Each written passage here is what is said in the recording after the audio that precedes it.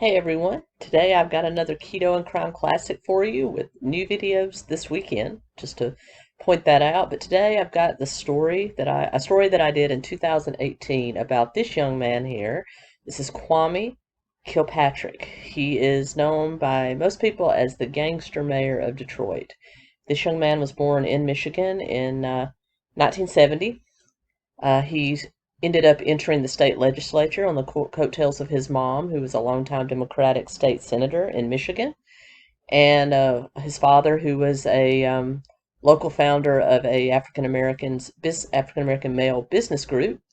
And on their coattails, he rode his way to a 5-year career as a Democratic state representative, and then to a 6-year run as mayor of Detroit, which ended in him being sentenced to federal prison for extortion and other crimes, including bribery, perjury, only to be let out 99 days later and to reoffend and be sentenced again to serve out another 18 months of his sentence.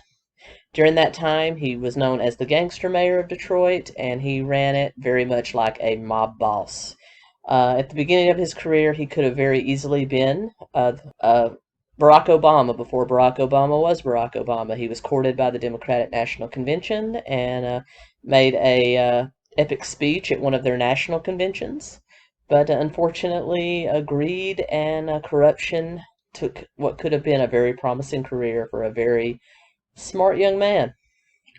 And so today, 2018, Tracy is going to tell you about Kwame Kilpatrick, whose 11-year career spanned from 1997 to 2008 until his final destination of federal prison. And with that being said, let's jump in. Up and begin our future right here, right now. He was a mayor. I can be a true leader of the city of Detroit if I don't lead in my own house. A security detail more appropriate for a president than a mayor. And news reports exposed Kilpatrick for charging pricey meals and exotic hotel rooms on his city-issued credit card. Hey everybody, welcome to another episode of Keto and Crime, or if you're just listening over on Thought Crimes, welcome. Today we're going to take a look at the Gangster Mayor of Detroit, Kwame Kilpatrick. Let's get into it.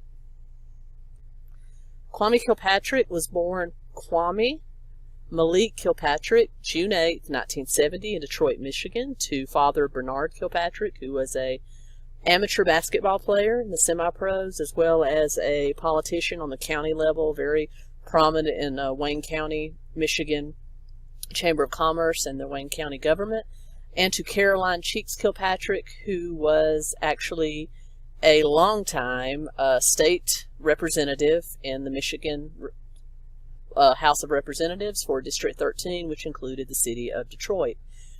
He was a good student, attending the very prominent Cass Technical High School in Detroit, where he excelled in both literature, math, and science. He later went to Florida A&M University, graduating with a bachelor's in political science, and later attended the Detroit School of Law, now part of the Michigan State School of Law, graduating with a Juris Doctorate, and then later on passing the bar exam. In 1997, his mother, Caroline Cheeks Kilpatrick, decided to give up her seat in the Michigan legislature to pursue a U.S. House of Representatives seat, and as a result, a special election was held in 1997 to fill her vacant seat, and her son, Kwame, decided this was his chance to get into politics, which had long been his dream. So he teamed up with two high school friends, Derek Miller and Christine Beatty, who would become very integral in later on in his career and the scandals we're going to talk about. And they ran his campaign on a $10,000 budget, eventually winning out, succeeding his mom in the Michigan House of Representatives, where he served from 1997 to 2002. Now, his campaign was not endorsed by the Democratic National Convention or trade unions, congressional districts, any of the normal Democratic blue bandwagon things that you would assume that a prominent Democrat would be sponsored by. He was not. He was kind of a dark horse and kind of a long shot to win. but he did. And as a result, he caught the eye of the Democratic National Convention, where he gave a speech in 2000 talking about his plans for his district, things like that. He also became highly involved with the organization known as AMO, the African American Men's Organization in Detroit. And he actually went up to the leader of AMO, which his father, Bernard Kilpatrick, was a founding member, and told them that he had a vision, that God came to him in a dream and told him that he should run for the mayor seat of Detroit and really make a difference in bringing Detroit back to the prominence that it once was. And some of the people in AMO were very religious, kind of superstitious too, and said, well, we need young blood. We've been running, for lack of a better term, we've been running old men and women for this spot. We need to run somebody younger that can connect with the younger people and more of the hip-hop generation, and they said Kwame fit the bill. So they backed him in 1998 to start campaigning for the office of mayor. And he actually had risen to prominence not only because he was a young, attractive, well-spoken black man, but also because he was the first black minority floor leader in the Michigan legislature, which also was one reason that he caught the DNC's eye. And he served in that position from 1998 to 2000, all along planning his mayoral run. And he used his same high school classmates, Mr. Miller and Miss Beatty, to help run his campaign. And he was elected in 2001, running against then City Council President Gil Hill. And he essentially, in his inaugural speech in January of 2001, promised a new start for the city of Detroit. And at that time, Detroit sure needed it. Let's get into that. Detroit and its surrounding areas, like Flint, like other areas in that area of Michigan, have always had a uniquely blue-collar feel. They're definitely part of the Rust Belt.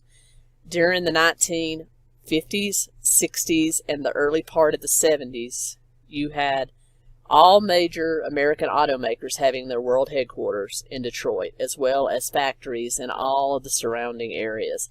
So this was very much a blue-collar kind of town.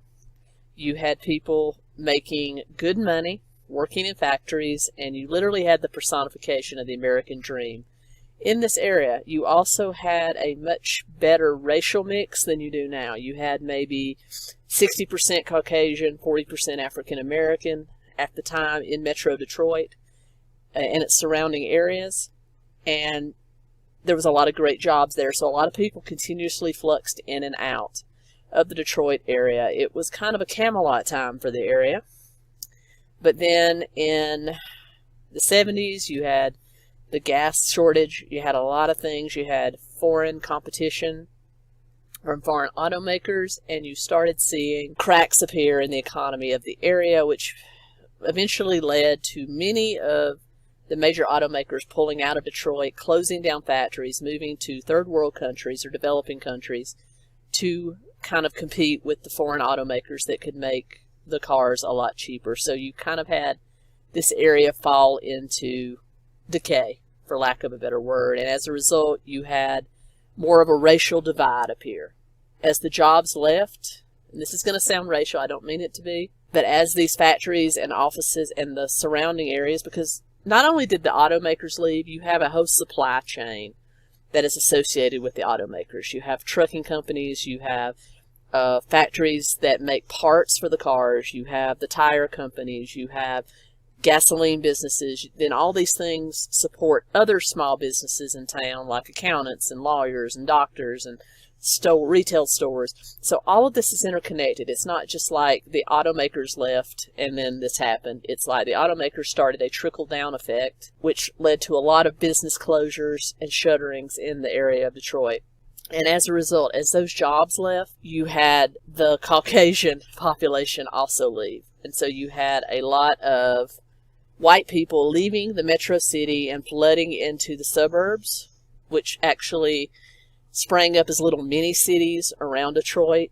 So instead of having people live in the suburbs and come into Detroit to work, you had these people fleeing to the suburbs, building up businesses and retail shops and everything that you would need, that they would need in their own suburban area. So you had, as I said, little mini cities popping up all around Detroit that were mainly white, 90% white, and so they never came into the city. So then you had an African American population in the city, and so this leads us to the great racial divide we have now in Detroit, where the city is 70% African American, 30% other. So you kind of had that happening, and as a result, kind of like that happened in Gary, Indiana, when the jobs left, the crime came in, and so you had a lot of urban decay going on. And up until that time, the leadership of Detroit had been lily white, until the election of Coleman Young in 1974, who served as mayor of Detroit from 1974 to 1994. He did not make any promises. He was not of the opinion that we need to unite Detroit.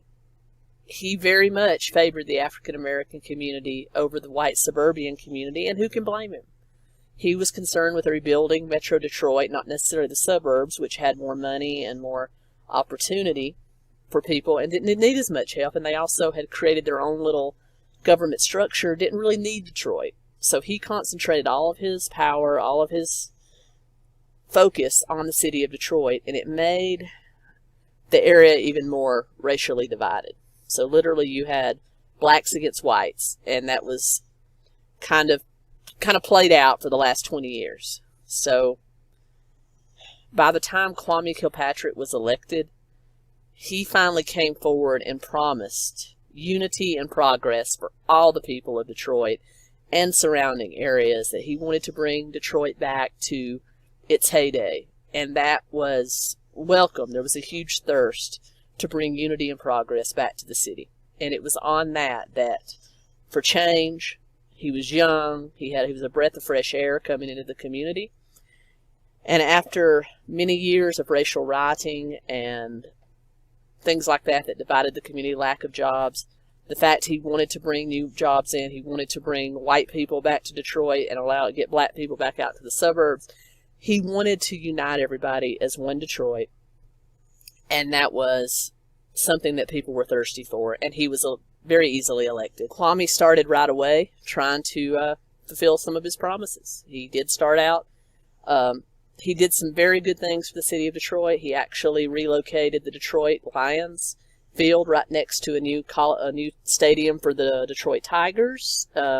He offered huge tax breaks for these concessionaires to come in. He offered tax breaks for new businesses to come in. He really did revitalize downtown and make it kind of a shiny epicenter. So he did his best to clean up all the abandoned homes, anything that was dilapidated and falling apart. He put forth a kind of a clean sweep initiative to tear those down and get contractors in there to build new homes. He basically wanted to clean it up, and you did see a lot of urban renewal going on during his campaign. And he did this because he loved Detroit. He was a native of Detroit. He staffed his entire cabinet and administration with native Detroitians. That's a word I invented, so hopefully it's not too bad. But he did staff his people with people that he generally thought loved Detroit. But kind of the first inkling that there might be trouble in paradise was that he staffed his administration with friends and family.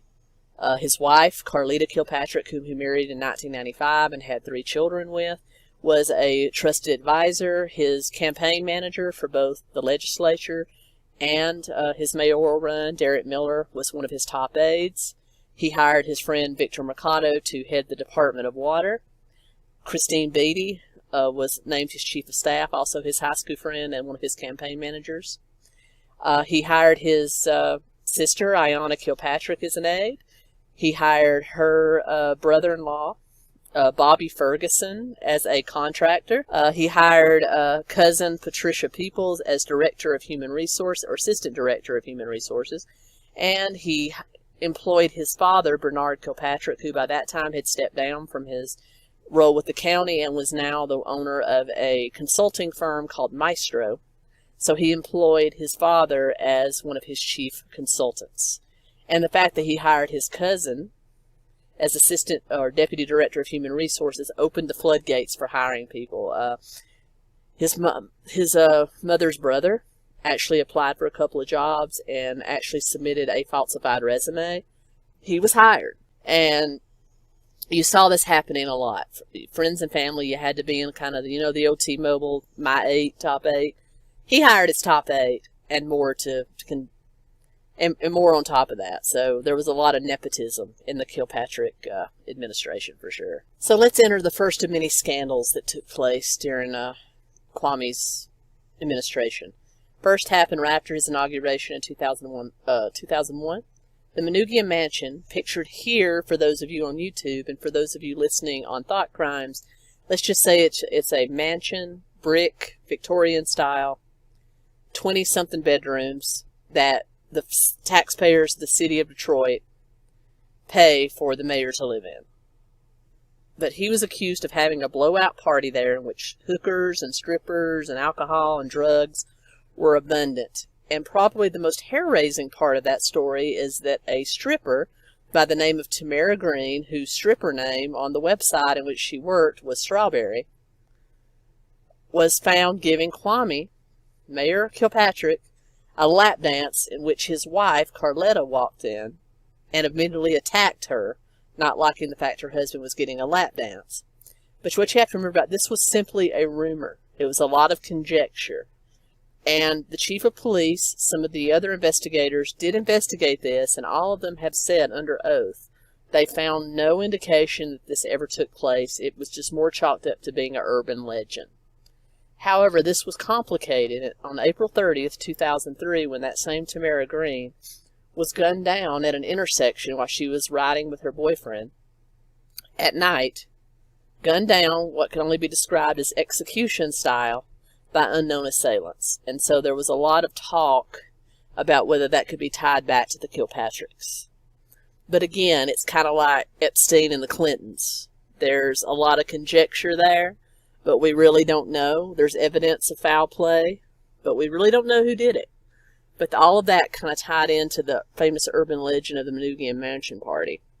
And along those lines, Chief Internal Affairs Investigator Gary A. Brown and Harold Nilthrop, who was a police officer and bodyguard, actually came out and testified that they did find evidence of a party, even though when they were interrogated under oath, nothing really ever came of it.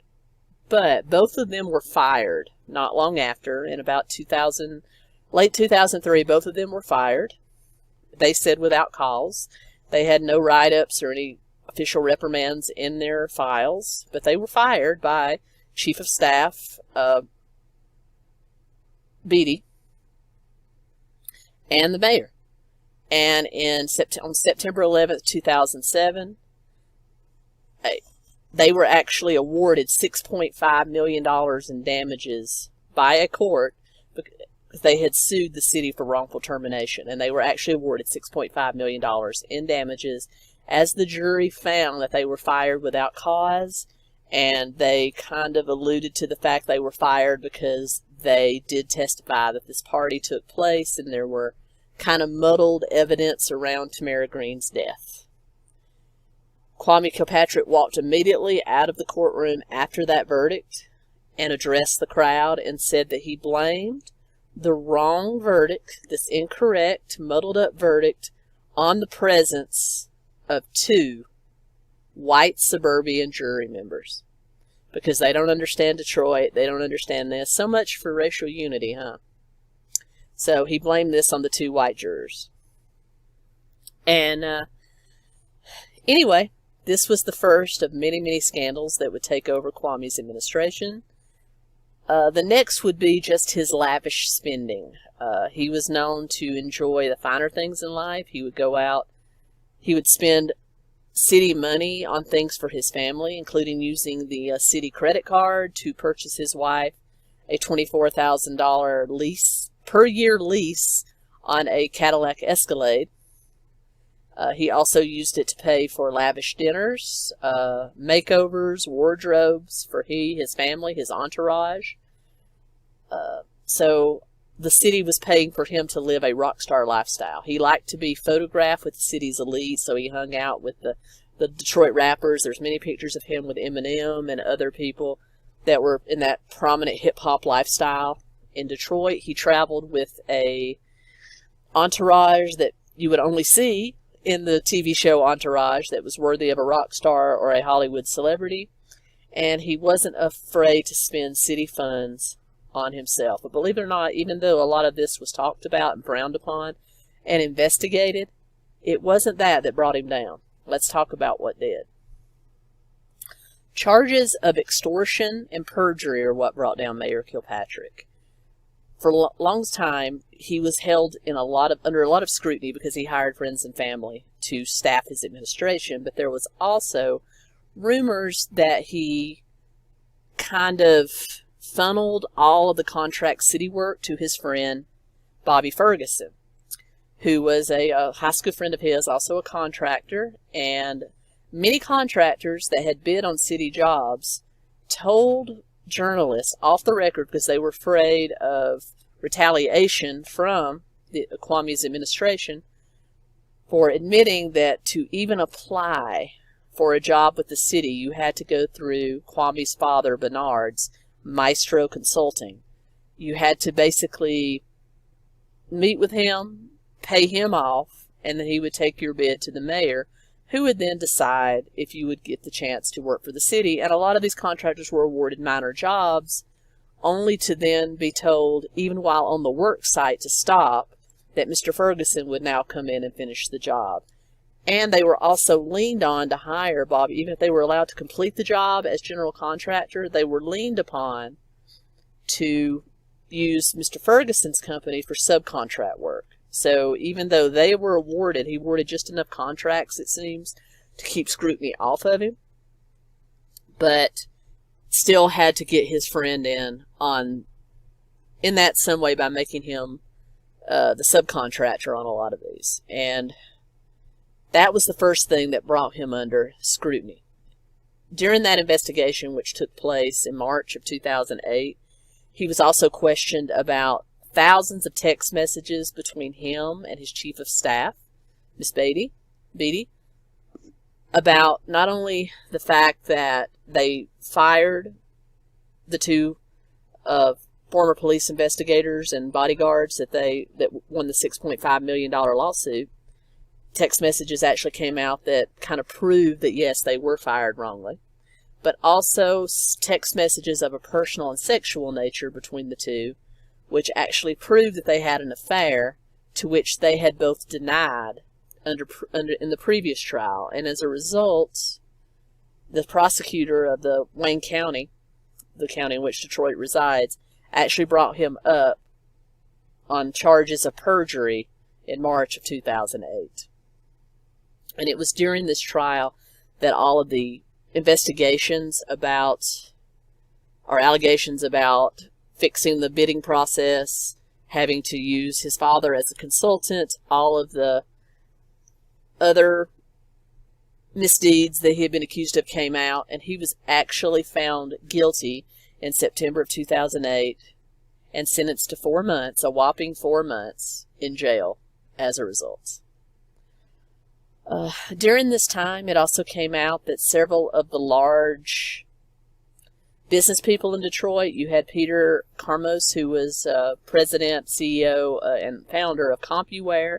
You had Roger Penske, who was the owner of Penske Trucks, as well as the stock car racing mogul that were native Detroiters themselves, offered him money to resign. And that came out. And they were actually brought up on charges of trying to bribe a public official.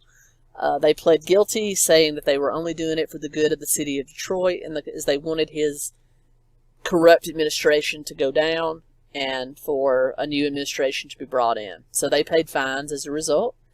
But Kwame did resign as mayor in 2008. He served 3 months in prison of 3 of his 4-month sentence and left for Southlake, Texas with his family, where he was immediately hired by a subsidiary of CompuWare for a salary of well over $100,000 and lived out for a few years, living the high life in the suburb of Dallas, Texas. As part of his sentence, in addition to the 4 months, he was also ordered to pay up to $1 million in restitution to the city of Detroit.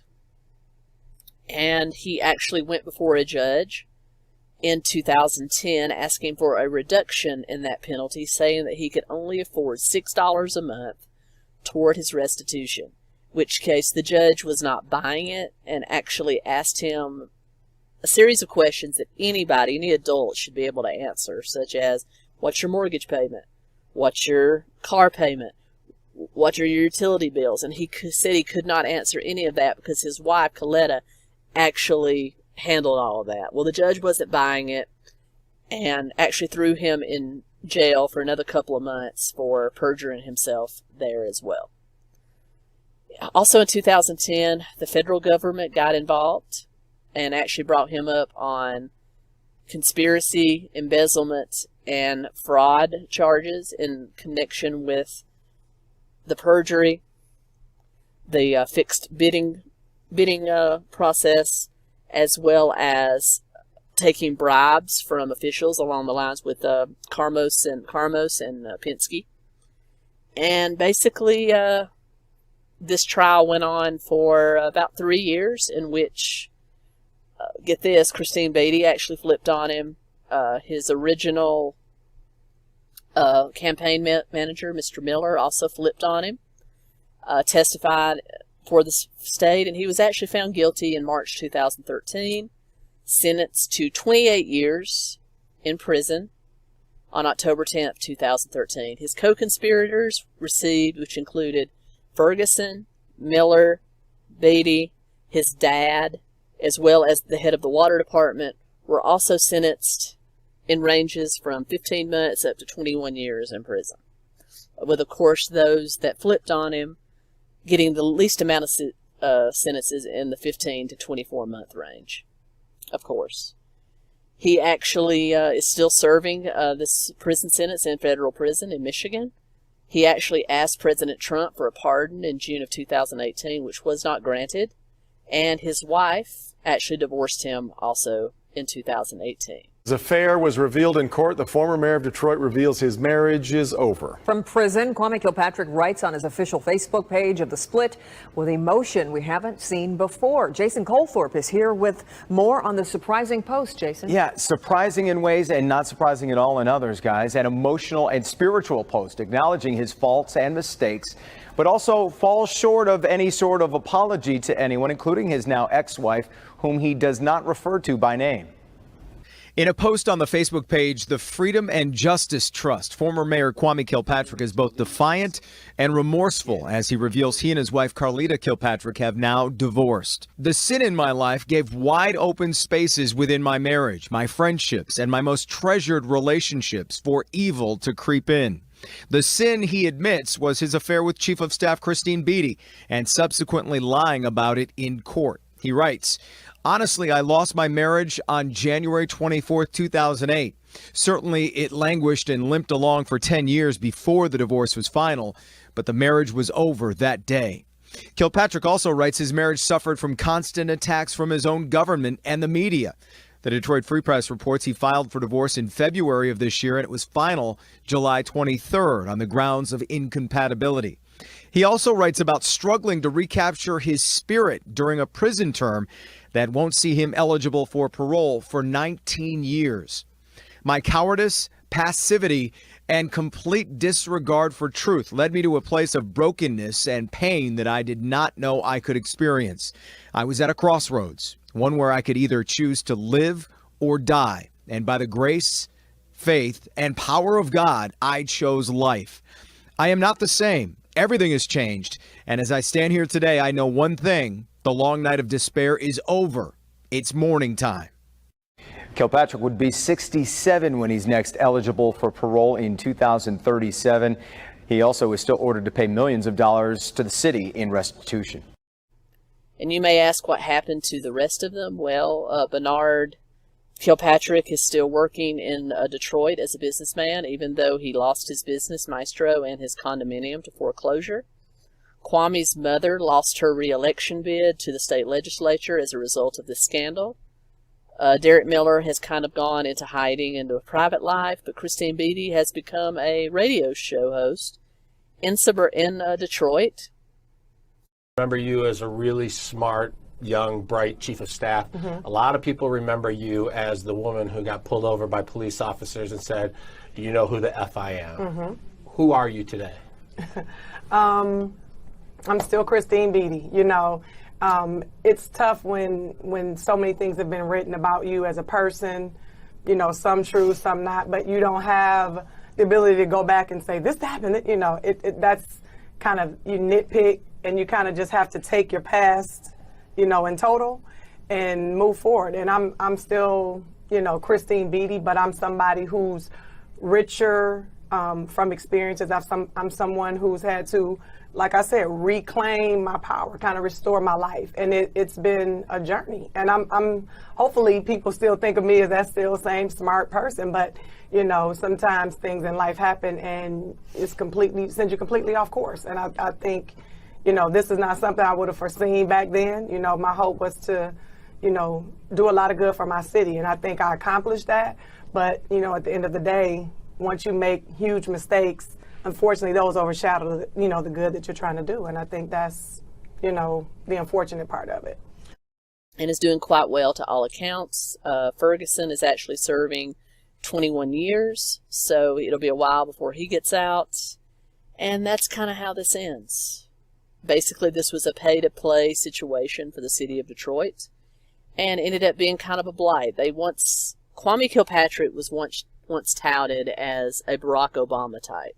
In fact, in the year 2000, when he made his speech at the Democratic National Convention, it was touted that he would probably give Barack Obama a run for his money and may have very well been the Democratic presidential nominee in 2008 if all of this hadn't happened.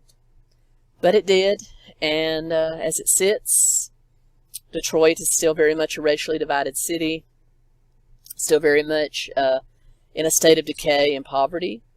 And I don't know what the answer is for Detroit, but it certainly wasn't this, even though people had high hopes for his administration. But that's it. The gangster mayor of Detroit, murder and bribery, pay to play, just like any crime family. The Kilpatricks were no different. And that's the story. Well, guys, hope you enjoyed this. I will be back soon with another true crime video. Thank you so much. Those of you on YouTube, thank you so much. And those of you listening through Thought Crimes, I appreciate it. Thank you so much. Please like, comment, share, subscribe. It means a world of difference. As you know, true crime videos get demonetized quite a bit on YouTube. So the only way I get any play, because they don't promote videos, there's not ad revenue on, the only way I get promoted is if you guys share me. So I hope you do. Thank you so much, guys. Keto Comic, out.